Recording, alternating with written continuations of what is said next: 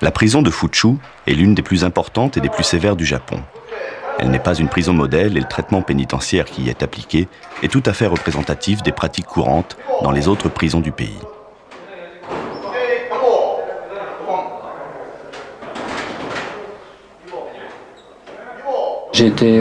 Le jugement s'est fait après 3 mois.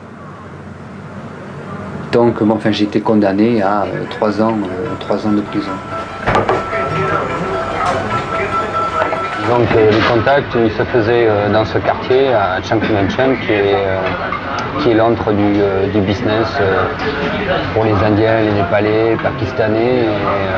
Et donc à ces endroits, dans ces petits chai shops où on vient boire le thé, étant donné que les Népalais étaient interdits de séjour sur le Japon à cause du trafic, ils venaient ici pour chercher les jeunes voyageurs qui étaient des proies en fin de compte pour leur business. Moi j'ai été contacté par un Suisse qui avait déjà fait ce genre de run et il m'avait mis en contact avec le Népalais pour faire un voyage, pour faire le run.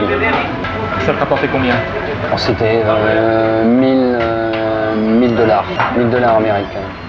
On est monté dans la chambre ensemble. Là, c'est allé très vite. Je me suis déshabillé, ils m'ont ceinturé avec de l'adhésif, le kilo de hashish. Là, j'ai sauté dans le taxi, je suis parti. Et arrivé à l'aéroport, j'ai même pas eu le temps d'enregistrer mes bagages. Je suis monté direct dans l'avion avec mon sac.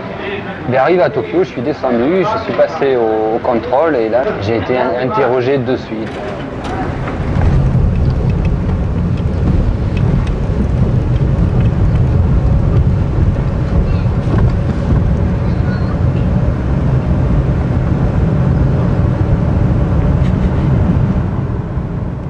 Je viens de Toulouse et j'ai arrêté mes études, j'ai entrepris de voyager pour compléter un peu ma culture et notamment mon anglais. Donc je viens de Thaïlande, j'ai visité un petit peu différents pays tels que le Népal, la Thaïlande, le Sri Lanka et puis notamment le Japon. Et donc j'ai rencontré diverses personnes et on est venu ici au Japon et c'est là que j'ai eu cette histoire en fait. Donc j'étais arrêté à l'aéroport de Narita avec une quantité, donc avec cet Allemand, en tout de 800 grammes environ de cannabis. Le contrôle s'est passé à la douane. On avait à peu près la moitié, 400 grammes chacun environ. Lui, il les était donnés dans ses chaussures, enfin à ma grande surprise, parce qu'il devait l'avaler normalement, et moi je l'avais dans l'estomac. Donc en fait je me suis retrouvé arrêté parce qu'il a été arrêté premièrement, et en fait il m'a... Et il m'a dénoncé en disant que je voyageais avec lui et donc voilà, pour environ à peine 800 grammes de cannabis et j'ai eu 4 ans de détention. Premier temps, c'est le numéro, c'est-à-dire perte d'identité, c'est maintenant, je m'appelle 4182. Parce que lorsqu'on arrive, je suis arrivé à Fuju, la première semaine, on doit apprendre notre numéro en japonais. Parce qu'on doit rentrer dans le système, se familiariser avec le japonais, et puis apprendre la discipline et le règlement, c'est-à-dire les marches. Et puis le plus difficile, je pense, que c'est de se familiariser avec le japonais. Et la formation, elle est longue, elle se fait sur des mois. Disons qu'il y a un code à avaler qui est un bouquin qui fait au moins 40 pages. Avec tous les tout ce qu'il faut respecter à l'intérieur de la prison, les exercices qu'il faut faire, les gestes que l'on va faire.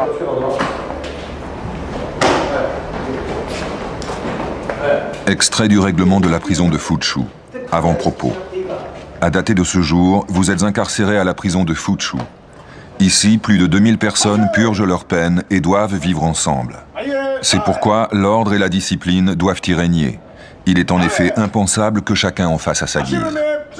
C'est dans cet esprit que les règles, qui sont plus nombreuses que celles de la vie normale, ont été définies. Cette brochure explique ce qu'il faut savoir et respecter pendant le séjour carcéral. Pour vous éviter des problèmes, il vous appartient de lire ce document jusqu'à la fin.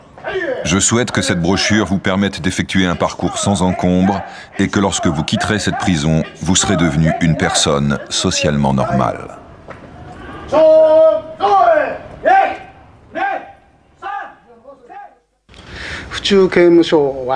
La prison de Fuchu a été créée à l'origine pour accueillir les récidivistes, c'est-à-dire des personnes qui ont été condamnées plusieurs fois.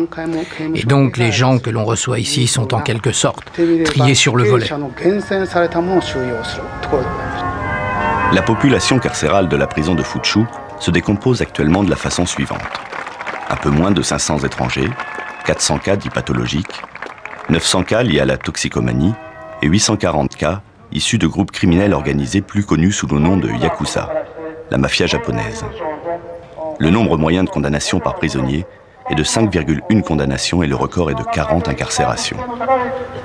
De ce fait, la spécificité de la prison de Fuchu est d'accueillir de tout le Japon les cas les plus difficiles à traiter.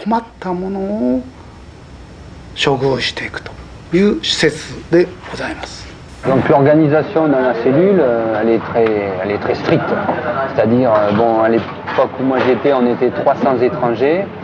Le gardien, quand il regarde à travers la porte vitrée, il doit voir les mêmes images dans chaque cellule avec la position des mêmes objets et du détenu. C'est-à-dire que l'on n'a pas le droit d'être debout déjà. Ça c'est interdit. D'allonger ses jambes sur le tatami, c'est interdit, c'est position de lotus. Il est absolument interdit d'appuyer son dos contre le mur. Il est interdit de regarder par la fenêtre, c'est-à-dire on doit être à l'intérieur de sa cellule, à son poste de travail, sur sa table, et être occupé à une activité intellectuelle, c'est-à-dire travailler la langue, lire, mais absolument interdit d'être oisif.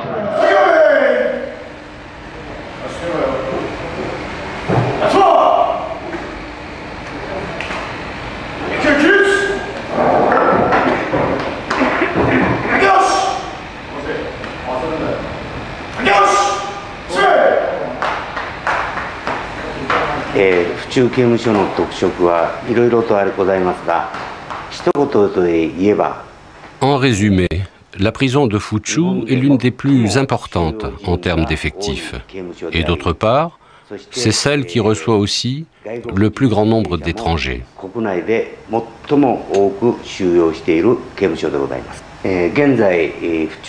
La capacité de la prison de Fuchu est de 2600 places. Mais aujourd'hui, nous avons environ 2300 prisonniers.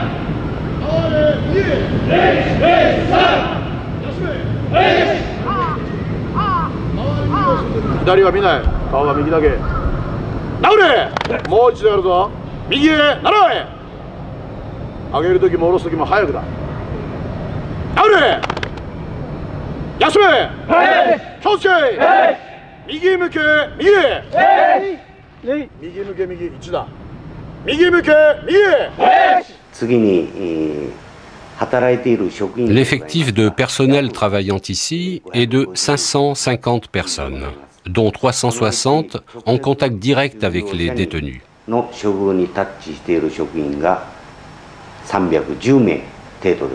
Le traitement de la prison de Fuchu n'a rien de particulier, parce qu'au Japon, la prison vise essentiellement la réhabilitation des individus.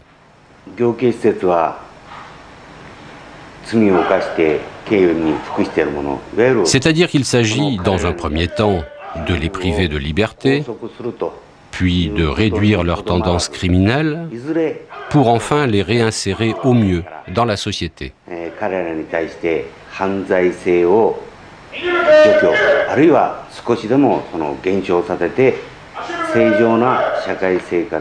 Notre rôle ici est de les aider, et notre principal objectif est de les empêcher de récidiver.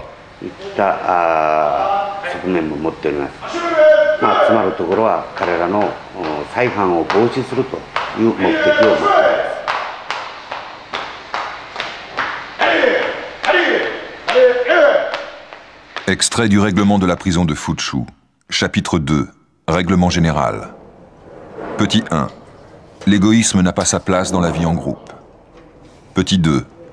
Il faut faire preuve de politesse et de respect envers les autres. Petit 3. Il faut mettre à profit sa détention pour réfléchir sur ses actes passés et faire des projets d'avenir. Petit 16. Il faut toujours suivre les ordres du gardien, même s'il n'en est pas fait état dans cette brochure.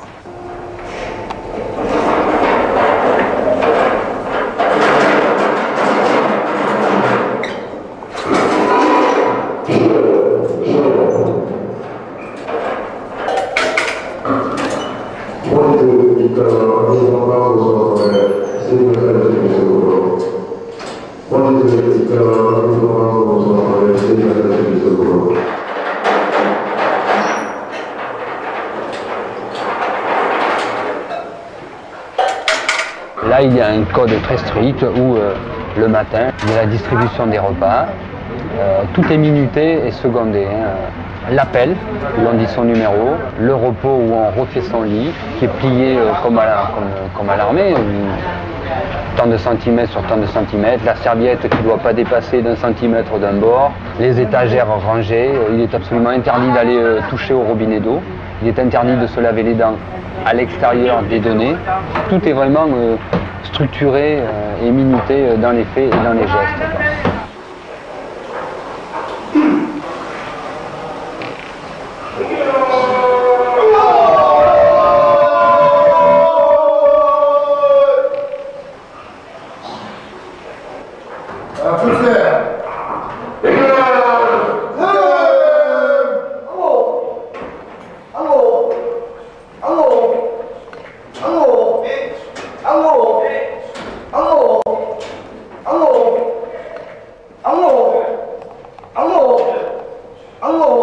Extrait du règlement de la prison de Fuchu. Chapitre 7. Le travail. Premièrement, obligation de travail. Le travail est l'aspect le plus important de la vie du prisonnier. Même dans la vie sociale, travailler apparaît normal et fondamental. La loi oblige le détenu à accepter le travail qui lui est assigné. C'est pourquoi, même si le travail assigné ne correspond pas aux souhaits du détenu, il doit néanmoins travailler consciencieusement et avec ardeur. Le refus de travailler, la nonchalance au travail ou le fait de demander à changer de travail sont des actes qui vont à l'encontre de cette obligation et qui, par conséquent, sont hautement répréhensibles. Le travail étant imposé par la loi, il appartient au détenu de faire les efforts nécessaires et de rechercher du plaisir dans son travail.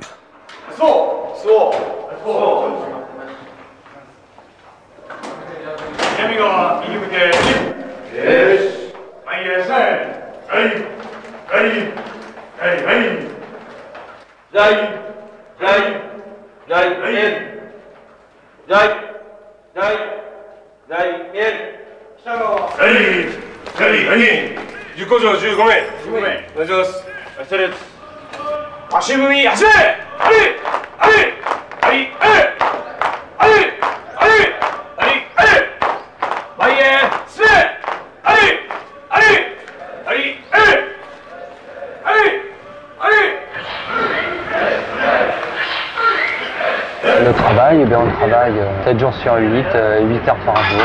Donc à partir du moment où on quitte la cellule, on part au pas militaire avec un gardien qui escorte. Changement de tenue qui dure à peu près 1 minute 30.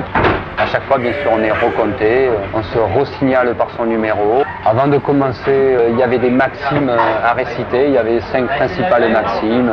Être honnête, être en harmonie avec son entourage. Après, chaque personne réintègre son poste. Et là, il y a le capitaine et le maître de cérémonie qui est sur son estrade, qui est le gardien principal.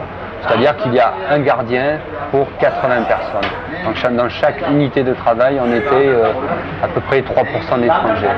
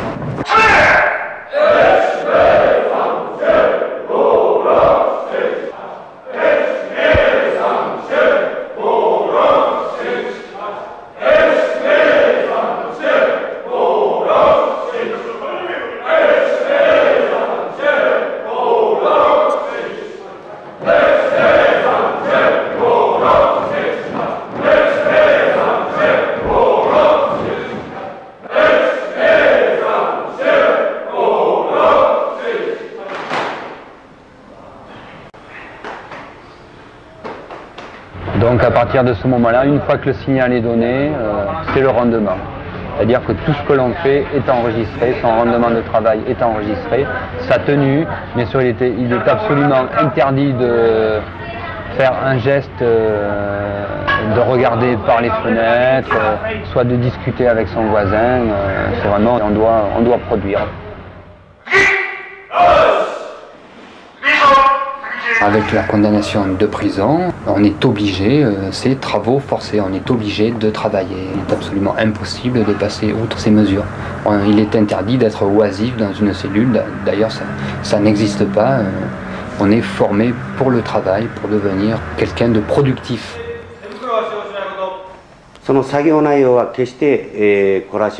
Le travail obligatoire, ce n'est ni des travaux forcés, ni de l'esclavage.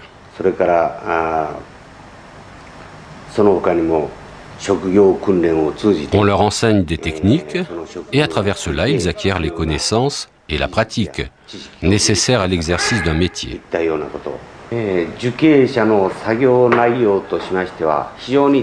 Il existe beaucoup d'activités pour les prisonniers. Il y a de la menuiserie, de la couture, de la maroquinerie, de la chaudronnerie, de la mécanique auto, etc.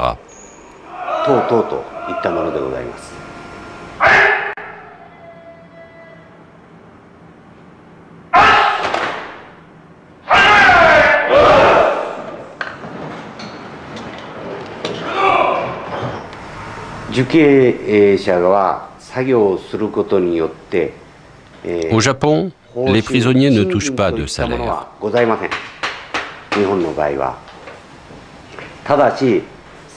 Mais à présent, en fonction de leur production et de leur conduite, ils touchent une prime de gratification payée par l'État.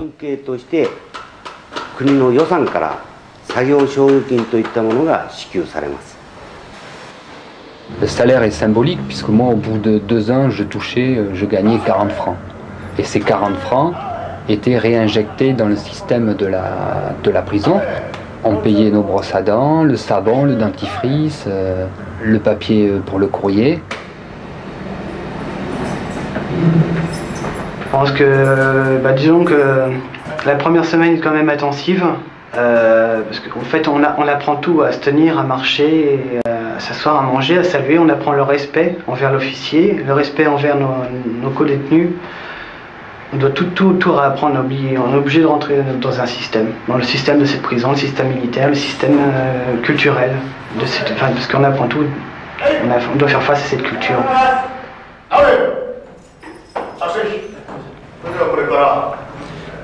Nous allons vous expliquer les règles de la vie ici. Elles sont très importantes.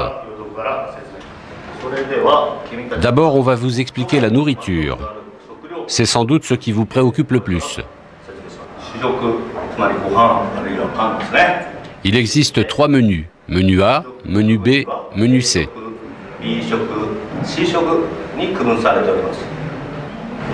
Le menu A contient 1650 kilocalories.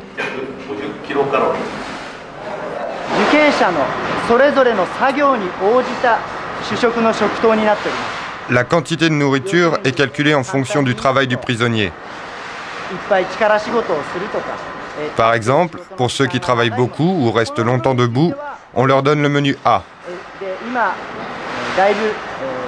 Pour ceux qui travaillent assis sur les ordinateurs, par exemple, on donne le menu B. Pour ceux qui travaillent dans leur chambre, au pliage de papier, par exemple, on donne le menu C.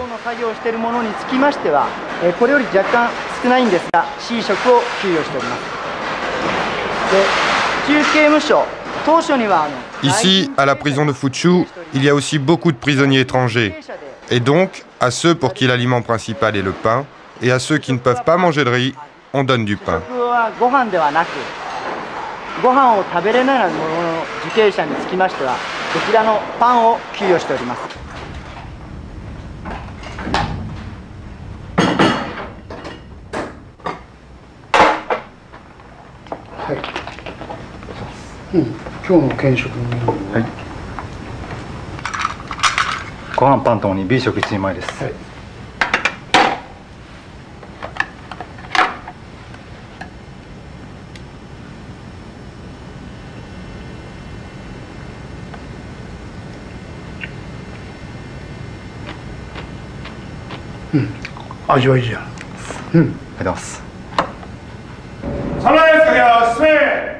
Alors le déjeuner, donc midi moins le quart, on arrête les machines, contrôle que tous les outils soient à leur place, on se met en rang et donc on va s'installer dans le réfectoire.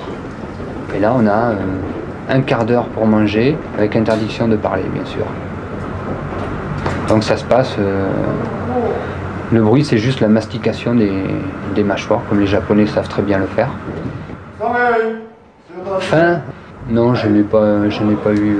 De toute façon, c'est pas la principale source d'inquiétude, la nourriture, parce que je crois qu'au bout d'un moment, ça sort de la tête. D'ailleurs, c'est pas très bon. Hein. Je veux dire, la nourriture, ça n'a pas de goût. C'est du basique, on mange parce qu'il faut manger. Normalement, il y a la quantité nécessaire, mais c'est pas primordial, quoi. Je veux dire, c'est pas l'inquiétude essentielle. Il y a ce qu'il faut pour manger, c'est tout. Donc quand le repas est terminé, on vide ses bols. Bien sûr, il est interdit de gaspiller.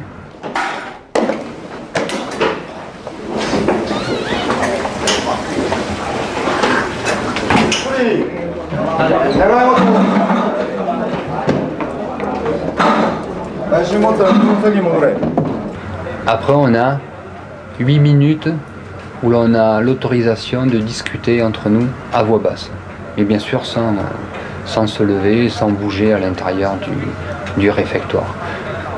Une fois les 8 minutes passées, on réintègre son poste, avec bien sûr toujours la même histoire, numéro, contrôle.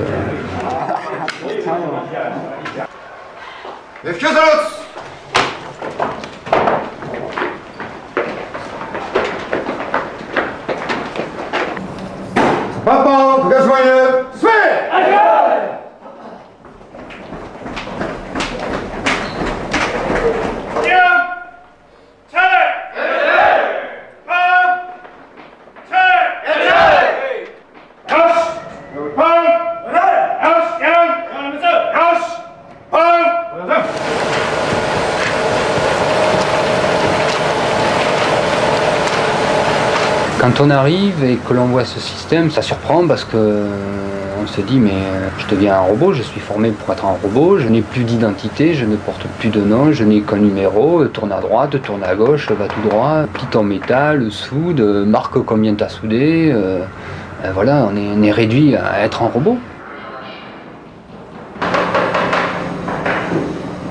C'est dur, parce que bon, c'est une perte de temps, c'est une lutte quotidienne.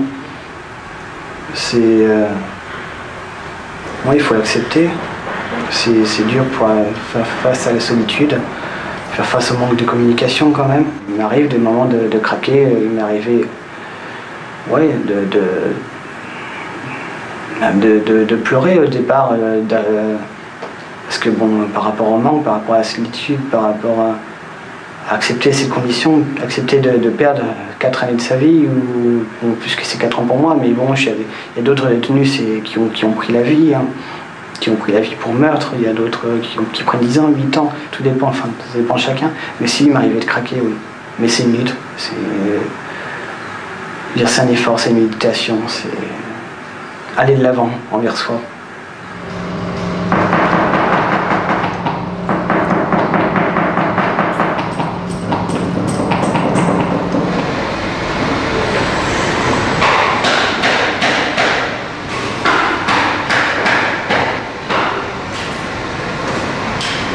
Ça m'a toujours impressionné, c'est de voir qu'il y avait un gardien pour 100 détenus.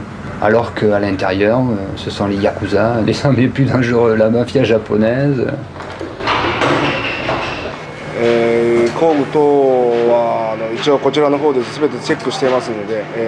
Pour les outils, on vérifie tout. Et le système d'emprunt fonctionne très bien.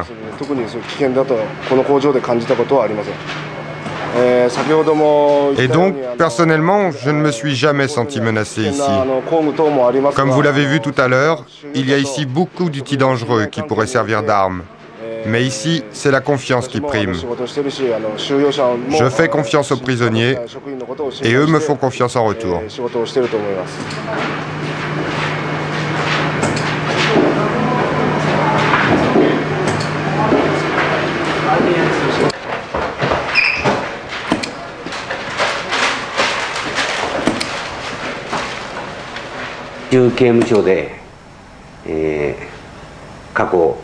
Il y a très longtemps que nous n'avons pas eu d'incident, de violence ou même d'évasion, parce que le personnel applique très rigoureusement le règlement.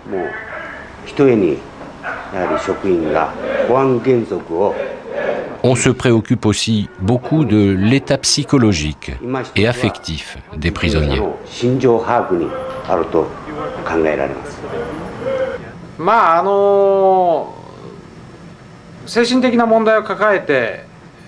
On peut avoir ici des prisonniers qui ont commis des crimes pour des raisons liées à un état mental pathologique.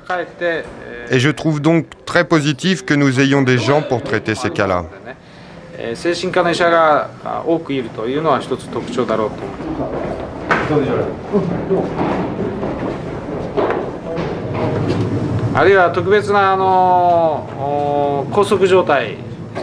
Lorsqu'il y a des prisonniers que l'on est obligé d'entraver, je surveille leur santé car souvent ils font la grève de la faim.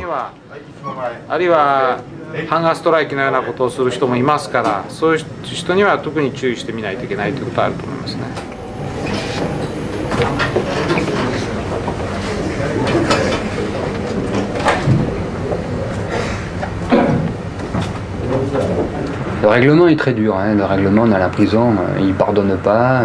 On ne peut pas passer outre parce qu'il y a des sanctions qui sont telles qu'on n'a pas le choix. Si on ne suit pas ces directives, on part dans des cellules d'isolation où on se retrouve ce qu'on appelle shobat, donc qui est le système de punition. On l'explique où pendant 6 mois, on va se retrouver à regarder un mur. Donc à partir de ce moment-là, on n'a plus droit au courrier, on n'a plus droit à la lecture, on n'a plus droit au sport, on n'a plus droit au minimum de communication que l'on avait. Donc ça, c'est ce qui permet de tenir un peu dans la prison, c'est ce minimum de communication. Si on supprime cela, donc le cap à passer au-dessus devient plus dur. D'autant plus que si on fait une erreur, la liberté conditionnelle est supprimée aussi. C'est un système militaire et on doit accepter sa discipline. Et le plus dur pour moi, c'était la solitude.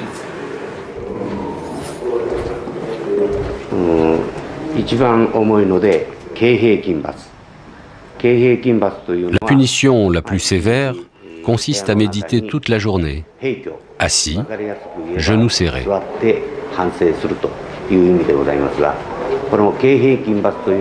Pour ceux qui n'acceptent pas le règlement, la punition la plus légère, c'est l'avertissement verbal.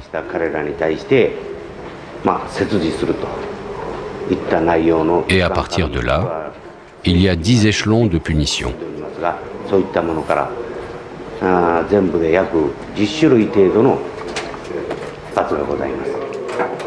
Plusieurs magazines, dont Time et Der Spiegel, ont publié des articles très virulents sur la prison de Fuchu.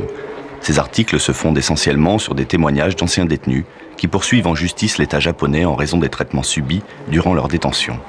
Amnesty International s'est saisi du problème et écrit à ce sujet: Comme d'autres organisations indépendantes de défense des droits humains, Amnesty International n'a pas été autorisé à se rendre auprès des prisonniers pour vérifier leurs allégations de mauvais traitements. On a également empêché l'organisation d'inspecter les cellules de protection, le quartier de la prison où des châtiments abusifs seraient appliqués. En effet, le secret qui entoure tous les aspects de l'administration pénitentiaire au Japon contribue à offrir un terrain propice aux violations des droits humains. Nous n'avons pas non plus été autorisés à filmer ni à visiter ces fameuses cellules de protection appelées Ogobo. Le Ogobo n'est pas une punition. C'est une cellule dite de protection. Pour y être assigné, il y a certaines conditions. Par exemple, ceux qui hurlent tout le temps, ceux qui ont des comportements violents, ou ceux qui ont des tendances suicidaires, on les place dans les Ogobo pour leur propre protection. Le Ogobo n'est donc pas une punition.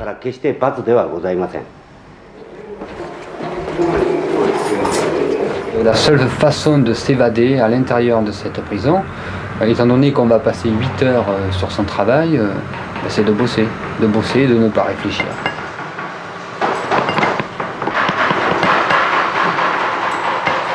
Personne n'est armé, il y a juste des bâtons.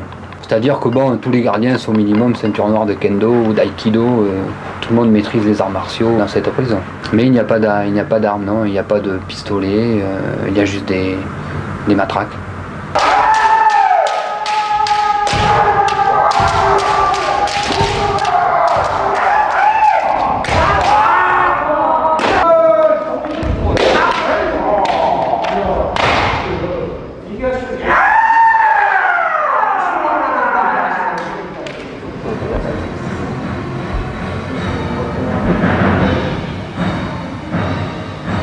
Non, moi je n'ai pas eu de sentiment de peur. Je n'ai pas éprouvé de peur. C'est pas de la peur, hein. L'angoisse, oui, mais pas de la peur. Personnellement, je me sens pas du tout en danger. Non, je crois que, comme je disais, bon, le système français est civil, le système japonais est militaire.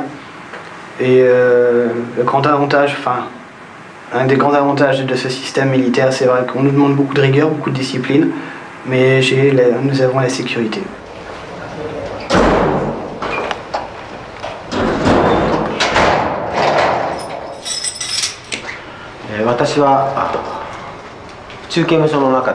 À Fuchu, j'ai le grade de lieutenant et j'occupe le poste d'instructeur.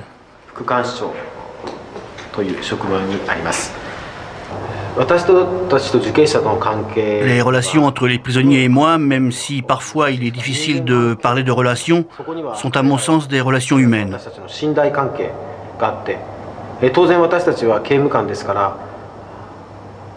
Il y a une relation de confiance, mais cette confiance doit s'accompagner de vigilance.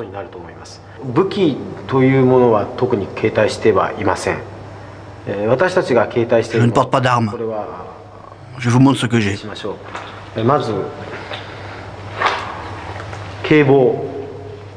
Par exemple, ça, c'est un kebo. Il y en a aussi en bois.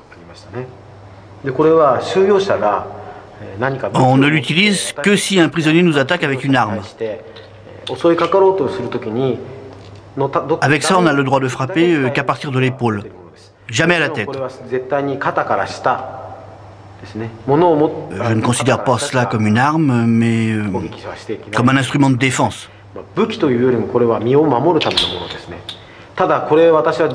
Je le porte tous les jours, mais en 18 ans, je ne l'ai jamais utilisé et je n'ai jamais vu de collègues l'utiliser non plus.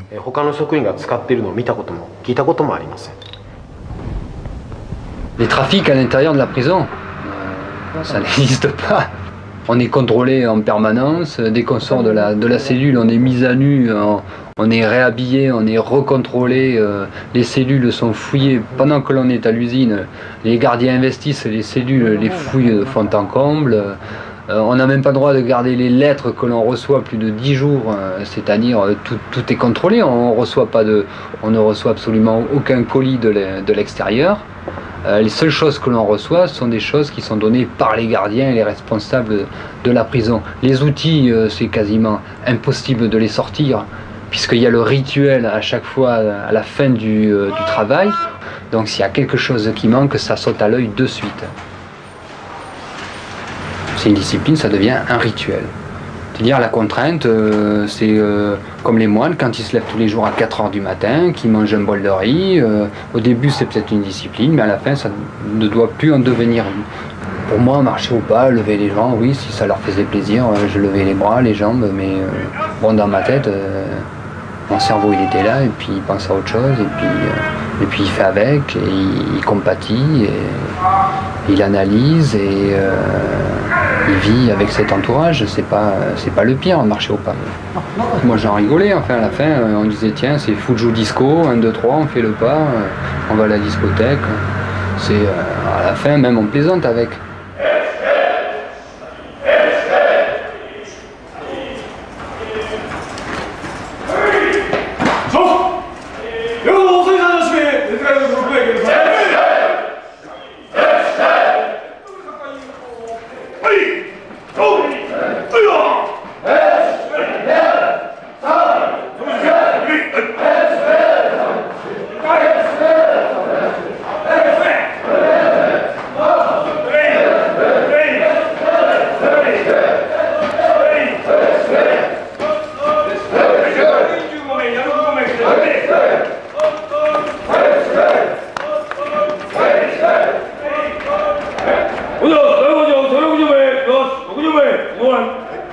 Je pense que la persécution sur des individus, s'il y en a, elles sont provoquées par le détenu.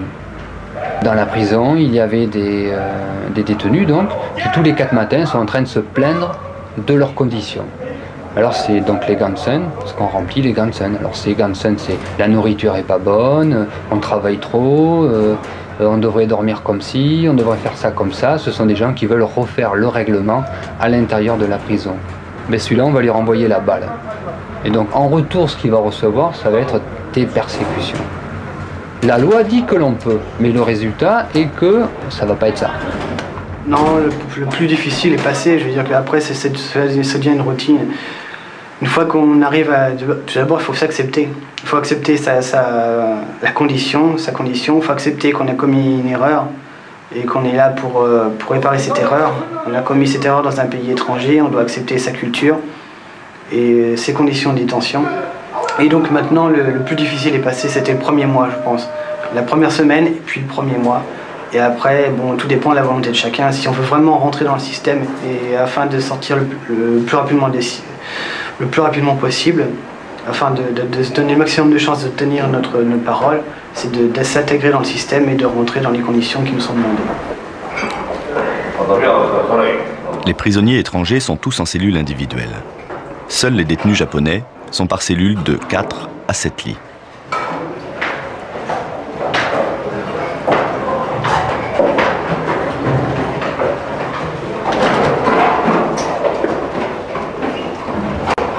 La situation est acceptable.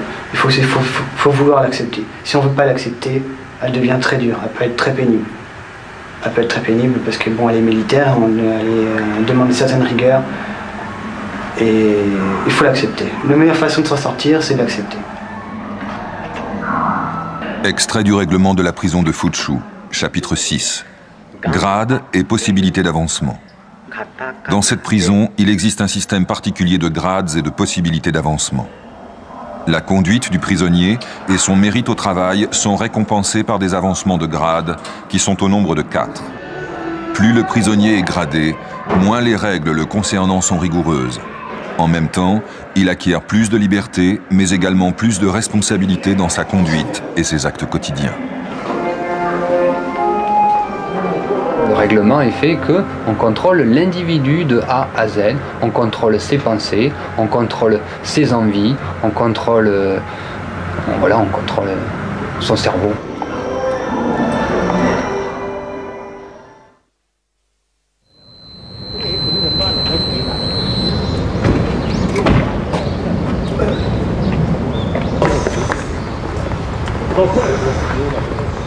Les gardiens ne sont pas là pour nous dévaloriser, non. On n'était pas copains, mais je veux dire, il y avait une relation humaine. Le gardien me saluait, je le saluais, il y a quand même ça. Bon, après j'ai un numéro, ça c'est le code, c'est la prison. Mais je veux dire, il n'y a pas de persécution, il n'y a pas de vraiment, je devais te mettre plus bas que terre ou quoi que ce soit. C'est pas, non, moi j'ai pas ressenti ça. J'ai pas eu ce genre de relation toujours. Hein. Non, dans le règlement, il y a un côté positif. Parce que le règlement explique que ce n'est pas parce qu'on est en prison que l'on doit perdre son temps et que l'on doit se sentir justement dévalorisé. Le règlement stipule qu'au contraire, il faut positiver. Il faut essayer d'être créatif. Bon, créatif c'est un bien grand mot, mais d'être quand même, de se sentir exister.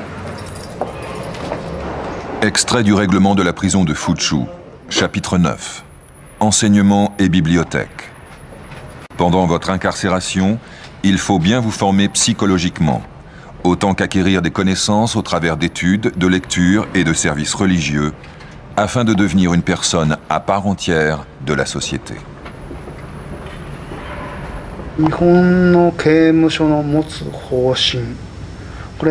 Le principe du système de traitement pénitentiaire japonais fait aujourd'hui face à de nombreux problèmes. L'un d'eux est l'augmentation importante de prisonniers étrangers.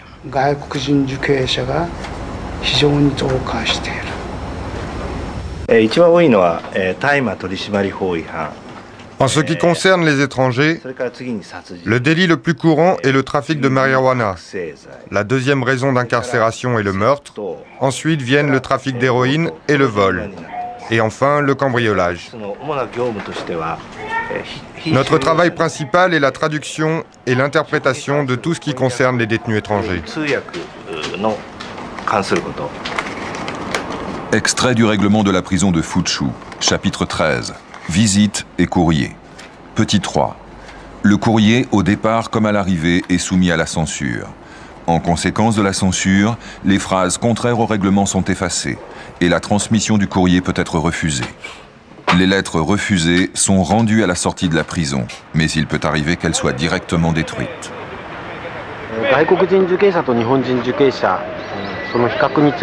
Si l'on compare les comportements entre détenus japonais et détenus étrangers, je ne vois pas de différence.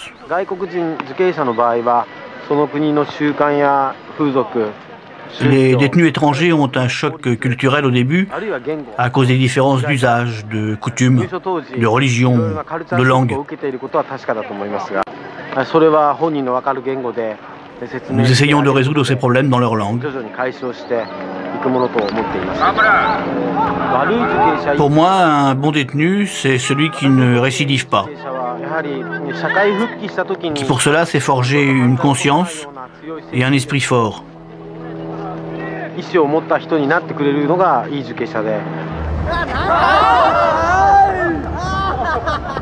Non, j'ai pas perdu de temps, non. Non, je crois pas. Enfin, 2 ans, non, j'ai pas perdu mon temps. C'est, moi, je le conçois un peu comme on en tire toujours quelque chose. Je compare un petit peu quand je réfléchis, quand on voit les moines bouddhistes qui ont passé 6 ans, 7 ans en cellule d'isolement, qui ressortent avec une certaine philosophie, une certaine vision de la vie et qui avancent vers autre chose. Pour moi, 2 ans, c'est 2 ans de ma vie, mais justement, j'ai essayé d'apprendre et d'en tirer une grande expérience. Moi, je l'ai pris comme une vie monastique. J'ai l'impression de surmonter, oui. Et je vais faire en sorte de le surmonter. C'est une construction intérieure. Je veux sortir plus fort et lutter, je veux vaincre. C'est une lutte intérieure.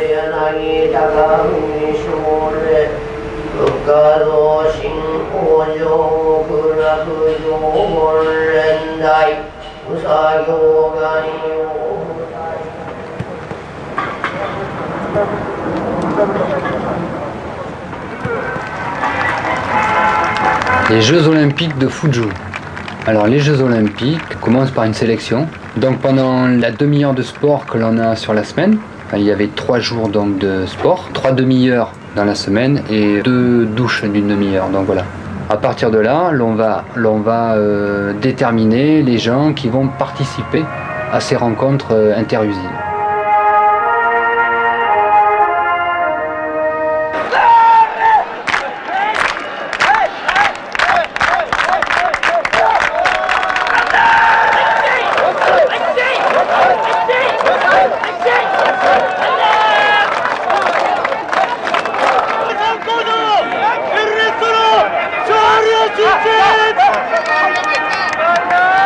La motivation et la préparation psychologique qui se fait aussi pendant les heures de sport. Donc il va y avoir le gardien qui va motiver, entraînement forcé, chronométrage, inscription des temps, et puis on joue le jeu parce que c'est le jeu de jouer. On ne le fait pas en dilettante, on essaye de le faire vraiment comme si on était un sportif de haut rang et de se donner à fond aussi dans l'épreuve sportive. Donc on prend ça vraiment à cœur et très au sérieux, même si à la fin on gagne une savonnette ou une brosse à dents. Ça c'est la règle primordiale chez les Japonais. Pour quoi que l'on fasse, il faut savoir se donner, il faut savoir donner de soi.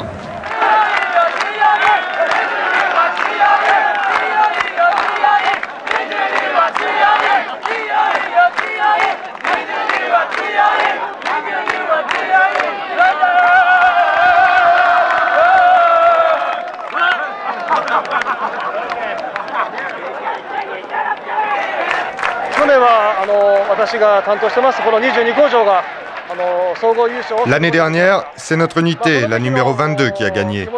Et jusqu'à aujourd'hui, personne n'a oublié l'émotion de l'année précédente.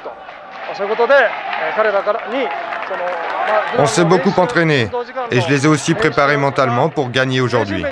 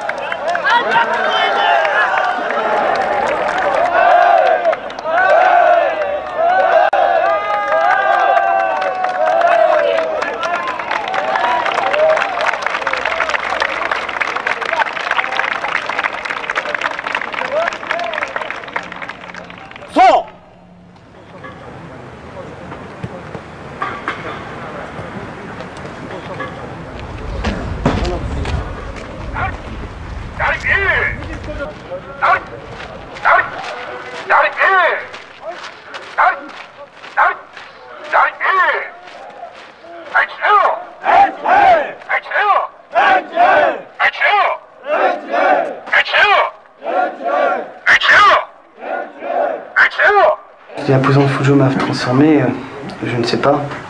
Elle m'a apporté cette rigueur, déjà une discipline avec moi. Elle m'a appris à méditer, elle m'a appris à faire face, à être plus fort, à faire face à la solitude, à m'étudier, à étudier également, parce qu'on est libre d'étudier. J'ai appris le japonais, j'apprends le japonais régulièrement. On peut apprendre n'importe quelle langue. Ouais, elle m'a apporté une rigueur intérieure, je veux dire. Je pense que de toute façon, ça m'a apporté, c'est une étape dans ma vie et je suis rentré, je ressortirai différent, là, tout à fait, c'est sûr. Elle m'apporte une structure. Enfin, je veux dire, une structure, oui. Une discipline, une structure, un assainissement. Un assainissement, bon, ça a été dur, hein, je veux dire. Il y a eu des hauts, des bas, mais une maîtrise aussi, une maîtrise un peu de maîtrise de soi, de son tempérament, de sa façon d'être, à apprendre à contrôler ses nerfs. J'ai essayé plus de le voir dans cette optique et d'assimiler le règlement, justement, où qu'il y ait le moins possible de souffrance.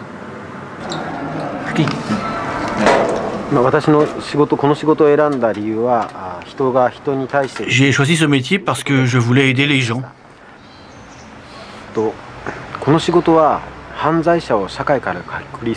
Dans ce métier, il y a deux grands objectifs. Retirer des gens de la société pour la protéger et réhabiliter ces gens en même temps.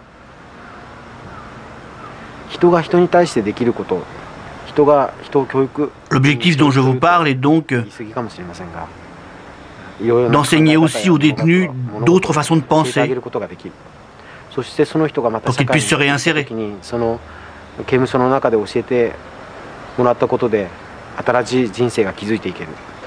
Si par exemple un détenu fonde une famille, éduque un enfant,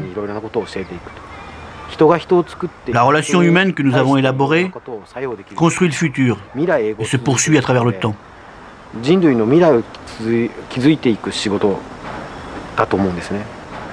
J'aime vivre jour le jour. J'ai pas pensé au futur, je ne pense pas au futur. Je vis au jour le jour. Maintenant j'envisage un futur, j'envisage une stabilité. J'envisage de construire un foyer et de retrouver ma famille.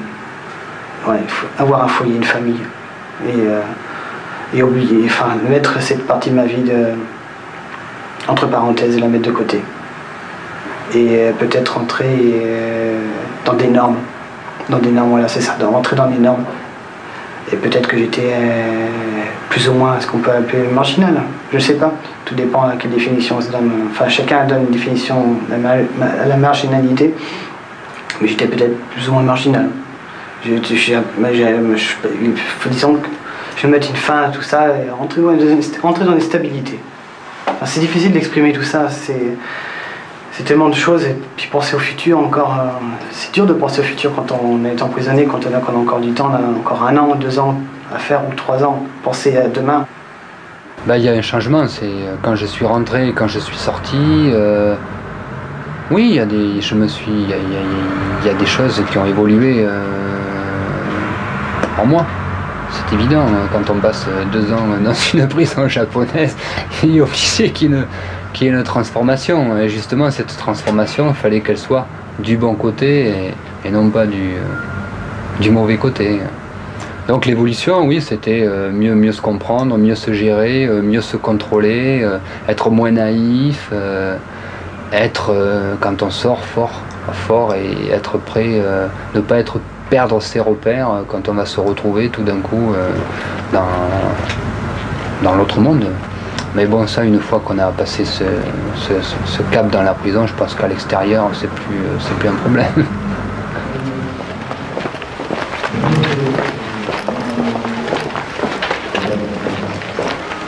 Extrait du règlement de la prison de Fuchu, chapitre 10. Conduite et récréation. Troisièmement, activités sportives et rencontres festives. Petit b.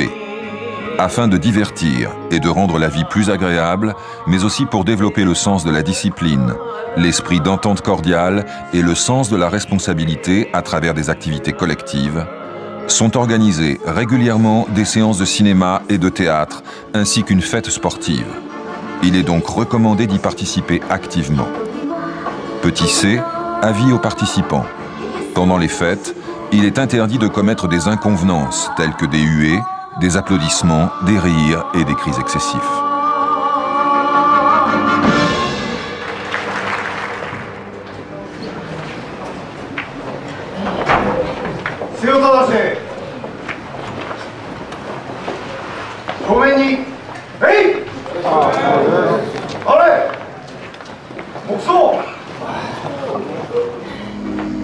Les autorisations de tournage ont demandé 2 ans de négociations auprès du ministère de la Justice japonais et de l'administration de la prison de Fuchu.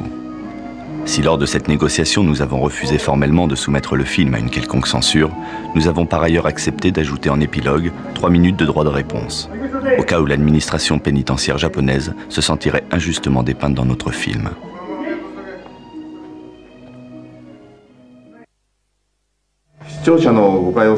Je voudrais faire quelques commentaires pour qu'il n'y ait pas de malentendu avec le public.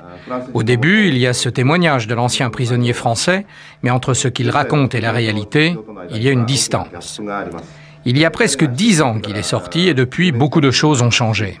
Et même lorsqu'il était encore en prison, les choses n'étaient pas exactement comme il le raconte. Il y a des exagérations et des malentendus.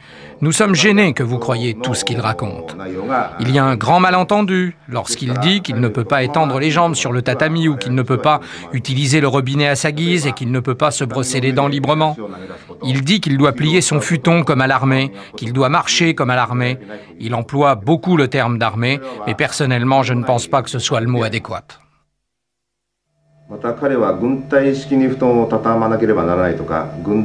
La maîtrise de soi, la discipline et l'ordre matériel sont essentiels pour pouvoir vivre en groupe au Japon. Ce comportement est même obligatoire dans les écoles et dans les entreprises. Cela n'a aucun rapport avec l'armée. Il associe aussi travailler sérieusement à travailler comme un robot, mais il n'y a aucun rapport entre être un robot et se concentrer sur son travail. Et je pense que même dans les entreprises privées, le bavardage inutile est interdit. En plus, développer des habitudes sérieuses de travail est indispensable pour devenir un bon citoyen. En tant qu'officier de cette prison, il est normal de les former de cette manière pour leur permettre de se réhabiliter.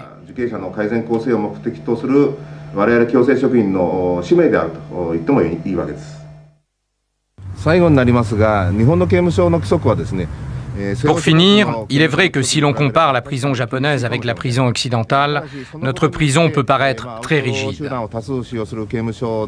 À l'intérieur de la prison, il y a beaucoup de hors-la-loi.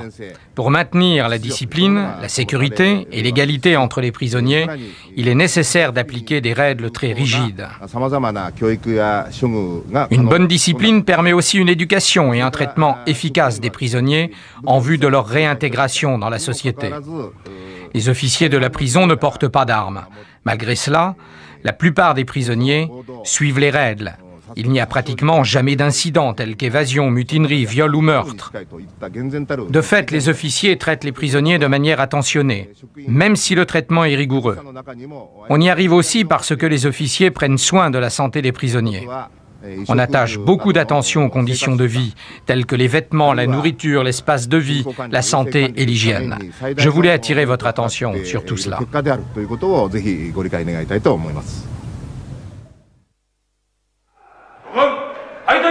L'administration de la prison de Fuchu nous a par ailleurs demandé de préciser que quelques mois après le tournage, certaines pratiques avaient cessé, et que par conséquent notre film n'était plus une représentation fidèle de la réalité.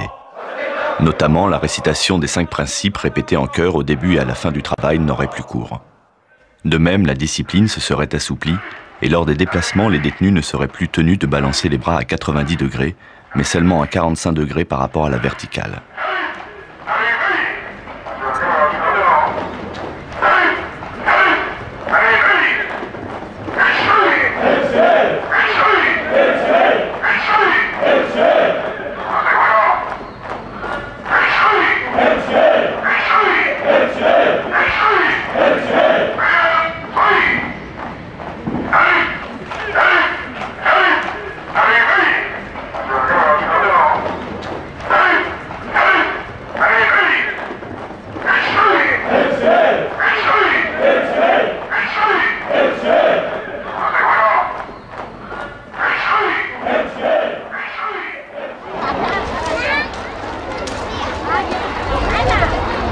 Depuis sa sortie, Philippe a repris ses voyages.